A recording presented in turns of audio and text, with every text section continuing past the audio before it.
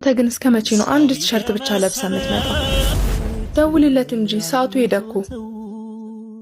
እውነታውን ነው እኮ ቶሎ ብለህ ደውልለትና እንሂድ። እሺ ወይ ፍፄ እየጠበቅናችሁ እኮ ነው። አትመጡም እንዴ?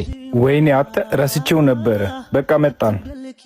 እሺ በቃ ኑ። ያንን ነፈስ ደግሞ እንዳያመጣው። መኩ ካንተ ጋር ነው እንዴ? አዎ ከኔ ጋር ነው።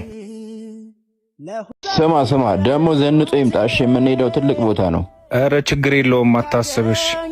እሺ ፍፄ ነው? አዎ ፍፄ ነው። ፕሮግራሙን ልትሄዱ ነው? ደግሞ እንደተለመደው ያን አንድ ቲሸርት ብቻ ለብሱ እንዳይመጣ እንጂ። በቃ እናንተ ሄዱ፣ እኔ ቤት ገብቼ ማዘር ላግዛት። ለምን አብረን ነው የምንሄደው? ባክኔ ደብሮኛል። ሁሌ አንድ ቲሸርት እየለበስኩ መሄድ አስጠልቶኛል። ይሄ ችጋራም እንዳያዋርደን። ምን ችግር አለው? ከልብሱ አይደለም ዋናው ደግሞ ጓደኝነታችን ነው። ደግሞ የኔን ትለብሳለህ።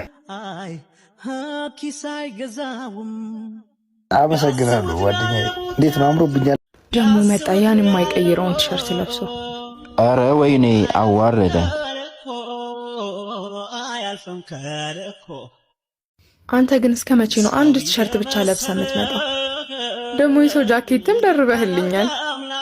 ሲያስጠላ። ለመሆኑ የምንሄድበትን ቦታ ታውቃለህ? ጭራሽ አዘንጠውና ና ስለ የራስን ጃኬት ሰጥተው ትመጣለህ እንዴ? እውነታችሁን ነው። ሁሌ አንድ ልብስ ለብሼ ነው የምመጣው። ሁሌ አንድ ልብስ ለብሼ እመጣለሁ ማለት ግን ልብስ አጥቼ አይደለም። ከጀርባዬ በጣም ብዙ የተቸገሩ ቤተሰቦች አሉኝ። እነሱን ማብላት፣ ማጠጣት፣ ማልበስ ግዴታዬ ነው። ሲጀመር እኔ መምጣት አልፈለኩም። ለአንተ ብዬ ነው የመጣሁት። በጣም ታሳፍራላችሁ።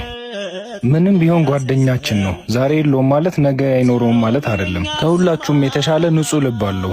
ቢገባችሁ ኖሮ ለጓደኝነት ሲል ስጋውን ቆርሶ የሚሰጥ ልጅ ነበር። እንደውም የእናንተ ጓደኝነት ይቅርብኝ። ሂዱ እናንተ፣ እኛ እንሄድም። የራሱ ጉዳይ። ጓደኛዬ በእኔ ምክንያት ጓደኞች ጋር አጣለው። ጓደኝነት ማለት በማግኘት ያልተጀመረ በማጣት የማይቀየር በፍቅር የጸና የሰብአዊነት ጥምረት ነው። በጥቅም ላይ የተመሰረተ ጓደኝነት እንኳንም ቀረብኝ። ና እንሂድ።